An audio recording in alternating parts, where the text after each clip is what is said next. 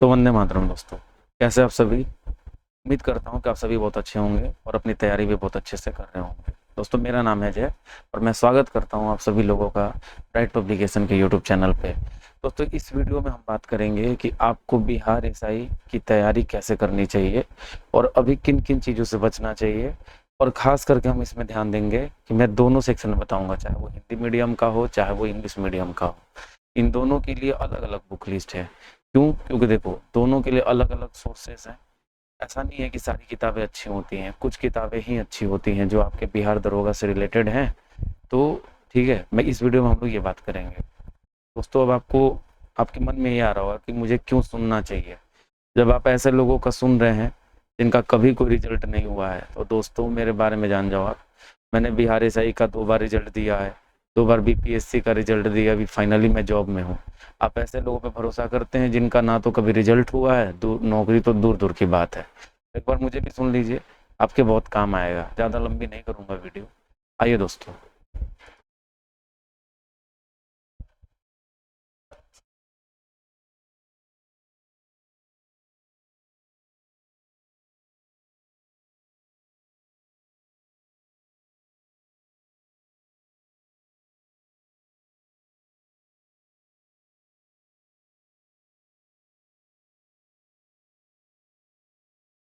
तो मेरे दोस्तों, सबसे पहले आपको बिहार एसआई की तैयारी करने में सबसे पहले आपके मन में, आप कमेंट बॉक्स में बताइए सबसे पहले क्या करना जरूरी है। तो दोस्तों, सबसे पहले तो इम्पोर्टेंट है ये, ठीक है। ये कोई अलग प्रजाति नहीं है, सिलेबस बिना इसके आप कुछ कर ही नहीं सकते। यदि आपको मंजिल तक जाना है तो रास्ता का जानना बहुत जरूरी है, और वो भी सही रास्ते का। यदि गलत रास्ता चुनेंगे तो या तो आप कभी पहुंचेंगे नहीं, यदि पहुंचेंगे तो किसी से पूछ के पहुंचेंगे, और यदि पूछ के पहुंचेंगे तो लेट हो जाएगी। इसलिए दोस्तों, मैं आपको बता रहा हूँ, देखो ये सबसे पहले इम्पोर्टेंट है। इसमें हम लोग डिस्कस करेंगे इसके बारे में। उसके बाद देखो दोस्तों, सबसे दूसरी बात कि आपकी जो है वैकेंसी कब आएगी। देखो, वैकेंसी के बारे में दोस्तों सुनने को मुझे आ रहा है, मैं ये एग्जैक्टली बताऊंगा नहीं कि कितने आ रहे हैं, क्योंकि मेरे बस की बात भी नहीं और ना ही मेरी औकात है, और कोई भी नहीं बता सकता। पिछली बार भी लोगों ने हल्ला कर रखा था 2500 आएगी, 2500, और आई कितनी? तो भैया 1275। तो किसी और पे भरोसा नहीं करना है, आपको ये मान के चलना है कि कम से कम 1000 तो वैकेंसी आएंगी ही। ये गारंटी मैं देता हूँ, ठीक है। तो दोस्तों, इसमें आप देखोगे, उम्मीद तो ये की जा रही है कि लगभग 2000 वैकेंसी जो पिछली बार आने वाली थी उसको रोक ही दिया गया था, क्योंकि अगले साल चुनाव है, ठीक है। और लोगों को चुनाव तक खींच के लेके जाना बहुत जरूरी है। इसलिए क्योंकि आप बहुत जल्दी भूल जाते हैं, जनता बहुत जल्दी भूल जाती है ना, इसलिए नेता लोग ऐसा करते हैं, एकदम करीब लेके जाके एग्जाम देंगे, ताकि आप भूले नहीं कि आपके घर में कई लोगों को नौकरी उन्होंने दिया है, ताकि आप जाके उनको क्या करें, कमेंट बॉक्स में बताइए। तो देखो दोस्तों, अभी हम लोग ये जो वैकेंसी है, वैकेंसी लगभग 2000 आप मान के चलो। और मैं ये कह रहा हूँ कि वैकेंसी कब आएगी, मैं कहता हूँ कि यदि नहीं आए 2 महीने के अंदर तो आप तैयारी नहीं करेंगे। आपको दरोगा बनना, ये तो जानते हो ना कि वैकेंसी आ जाए, कल है, आनी तो है जी। तो वैकेंसी आनी है, जब तक लोकतंत्र है, जब तक लोगों को वोट चाहिए, तब तक वैकेंसी आती रहेंगी। वो अलग बात है कि आप यदि डिमांड करोगे, आप यदि कुछ और डिमांड करोगे तो आपको वो दिया जाएगा, ठीक है। तो वैकेंसी की डिमांड करोगे तो वैकेंसी तो देनी ही भाई, उनको, उनकी मजबूरी है। तो वैकेंसी कब तक आएगी दोस्तों, ऐसा मैंने जब जो अभी मैं सुन रहा हूँ, ये आपको नवंबर के शुरुआत यानी अक्टूबर मिड और नवंबर के बीच में हो सकता है कि आपको नोटिफिकेशन देखने को मिल जाए। एग्जाम अगले साल में, जैसे इस बार जनवरी फरवरी में हुआ था, वैसे ही अगले, मतलब दिसंबर तक हो सके तो पॉसिबल आप मान सकते हैं, ठीक है। अब देखो दोस्तों, इसकी स्ट्रेटेजी क्या है। देखो स्ट्रेटेजी क्या है, ये जानने के लिए आपको सबसे पहले क्या जानना होगा। तो ये कट ऑफ सबसे लास्ट में डिस्कस करेंगे कि आपको लगभग कितने नंबर लाओगे, आप सेफ रहोगे, ठीक है। देखो दोस्तों, आपको ये जानना बहुत जरूरी है।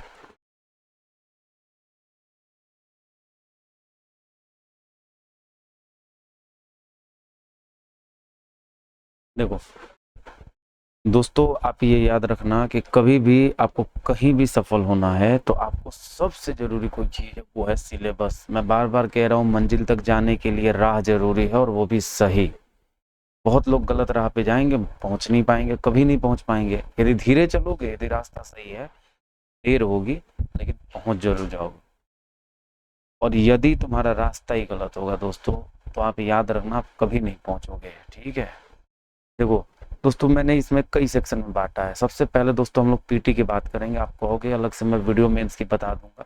ऐसे पीटी और मेंस में ज़्यादा का अंतर है नहीं, और बिहार दरोगा का सिलेबस कोई भी डिफाइंड नहीं है। ये जो मैंने बनाया है, ये अब तक कि जितने भी एग्जाम बिहार दरोगा के हाल में हुए हैं, 1717, 2213, 2446, 2213, 1275, 64 सीटें 2 बार हुई ना, तो इन सबको मिला करके दोस्तों मैंने कंबाइन करके ये लगभग एक औसत निकाला है कि किस सब्जेक्ट से कितने सवाल आते हैं। ठीक है, देखो साइंस है दोस्तों, इसको 4 सेक्शन में बांटते हैं, 2, 3, 4, फिजिक्स, केमिस्ट्री, बायोलॉजी, इन्वायरमेंट। वैसे ही आप हिस्ट्री देख लो, इसमें क्या है, modern history, ancient history, medieval history और वर्ल्ड हिस्ट्री।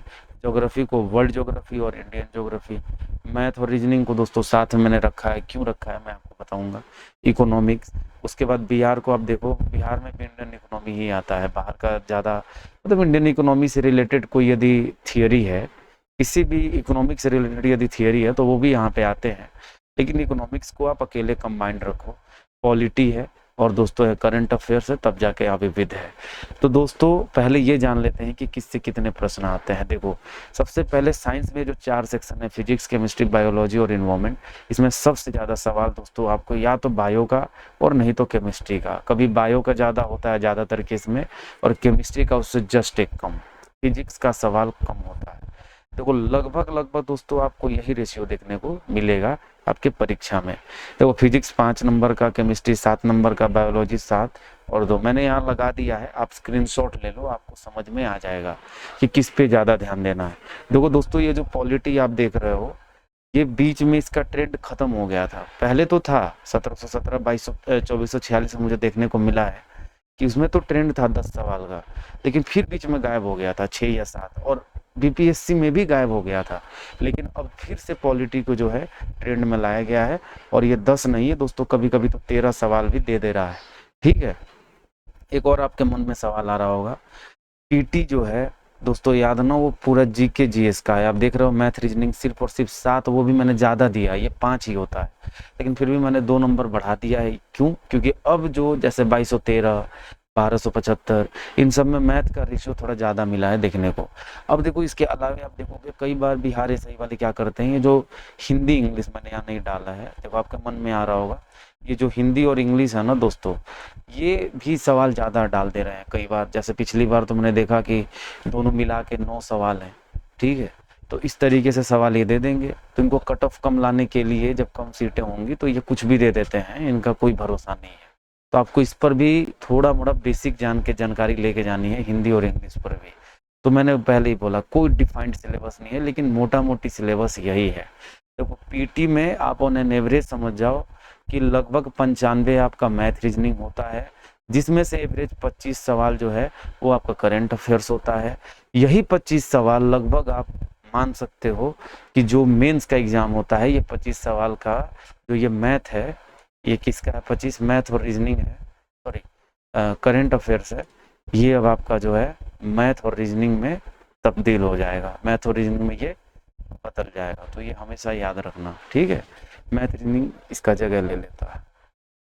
ये तो होगी दोस्तों। ये उसके अलावा अब देखो ये विविध, ये बहुत इंपॉर्टेंट है।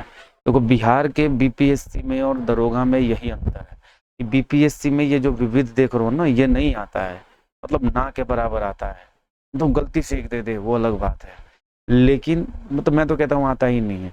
जबकि बिहार दरोगा में ये देखोगे, ये कूट कूट के भरा रहता है, 6, 7, 8।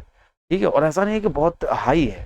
आप यदि चैनल से जुड़े रहोगे, चैनल को सब्सक्राइब करके रखना, मैं डिस्क्रिप्शन में एक लिंक डाल दूंगा टेलीग्राम का, आप जुड़े रहना, मैं वहाँ पे बताता रहता हूँ, मतलब बताता रहूँगा। ये जो विविध का जो सेक्शन है वो मेरे पास पहले टाइम नहीं था, इसलिए मैं नहीं आ पा रहा था लाइव, लेकिन अब मैं आऊँगा कभी कभी।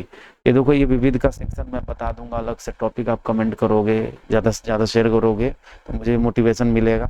तो ये जो विविध का टॉपिक है ये मैं डाल दूंगा, ये लिमिटेड है, याद रखना 7-8 सवाल है ना। यदि 8 सवाल आएगा तो आपको मैं जो टॉपिक बताऊंगा उसमें से 6 सवाल टपकने हैं। जो लोग मुझे जानते हैं वो लोग कमेंट बॉक्स में बताइए कि मेरे बताए हुए कितने प्रश्न आते हैं।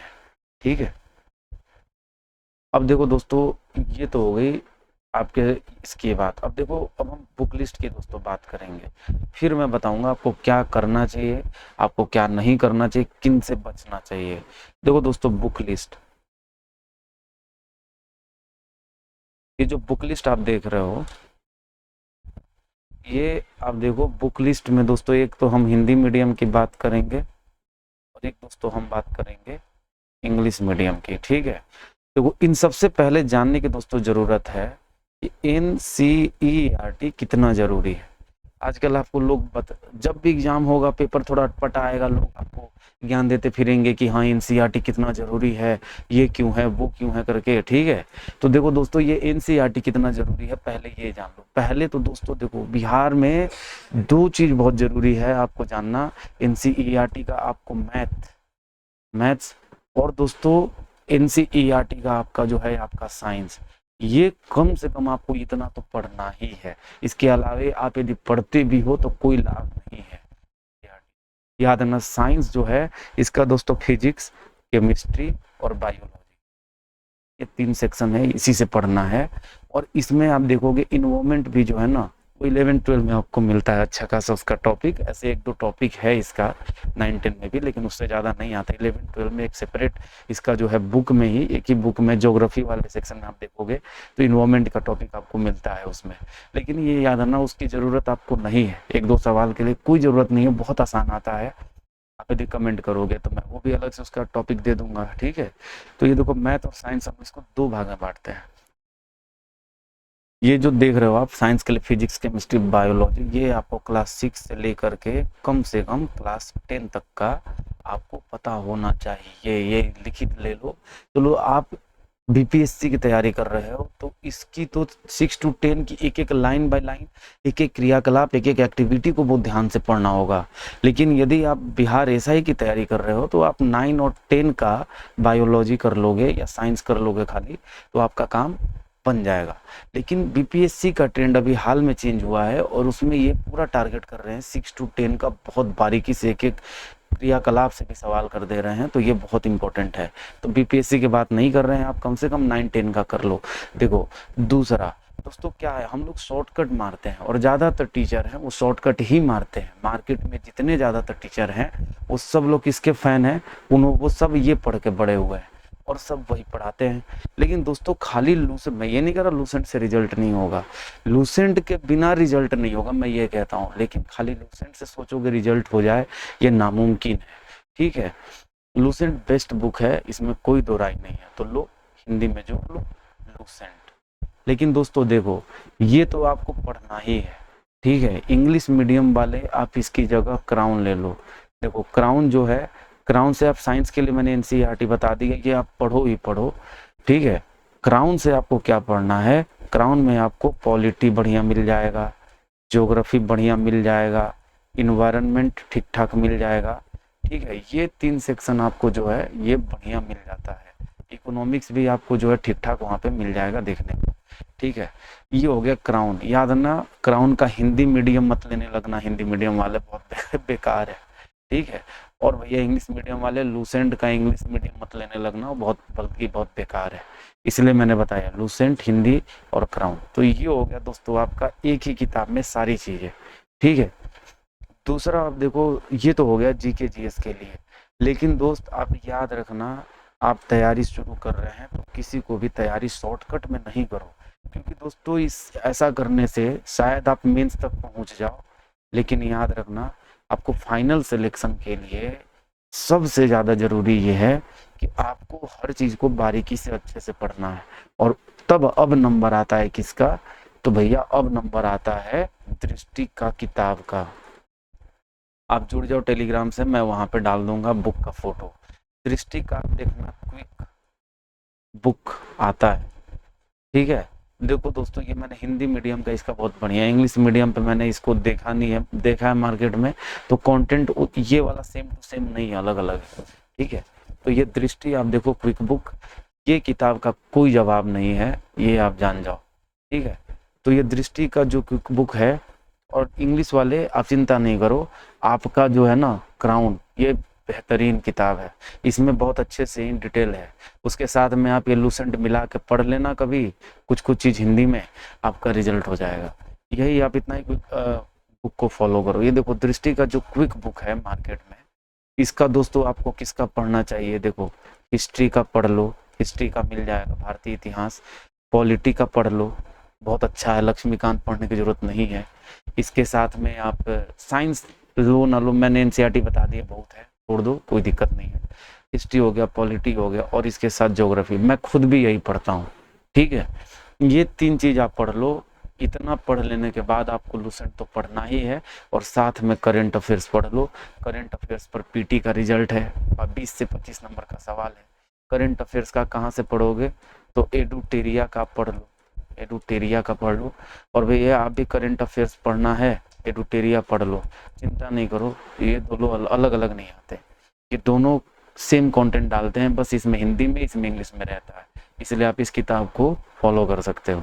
लेकिन यदि आपको टेस्ट सीरीज देना है, टेस्ट, तो भैया याद रखना, आपका जो टेस्ट है ये हिंदी मीडियम के लिए, टेस्ट के लिए रुक्मिणी प्रकाशन का टेस्ट आता है, टेस्ट सीरीज का बुक, उससे बेहतर मुझे किसी का सेट नहीं लगता है। चाहे मार्केट में बड़ा बड़ा कोचिंग हो, ज्ञान बिंदु या अलग अलग हो, सब लोग नो डाउट बहुत अच्छा पढ़ाते हैं, पर वो लोग सेट में आपको डराने के नाम पे इतना हार्ड सवाल देते हैं कि आप पागल हो जाओगे।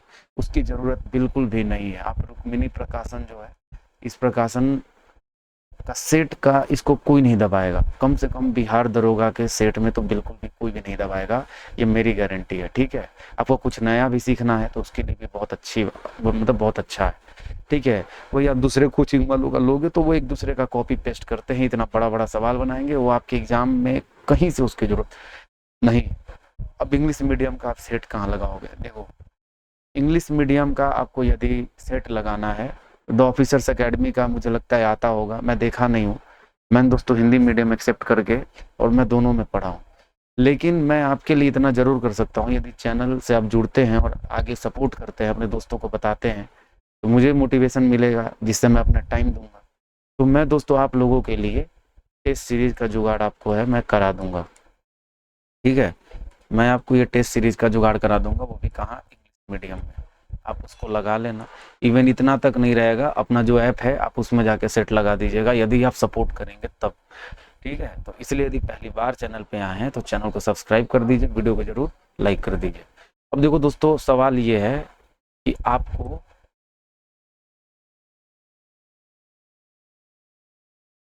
देखो, अब सवाल ये है क्या नहीं करना है। अब देखो मैथ के लिए मैं बता दूं, मैथ के लिए बहुत लोग कहते हैं ना, देखो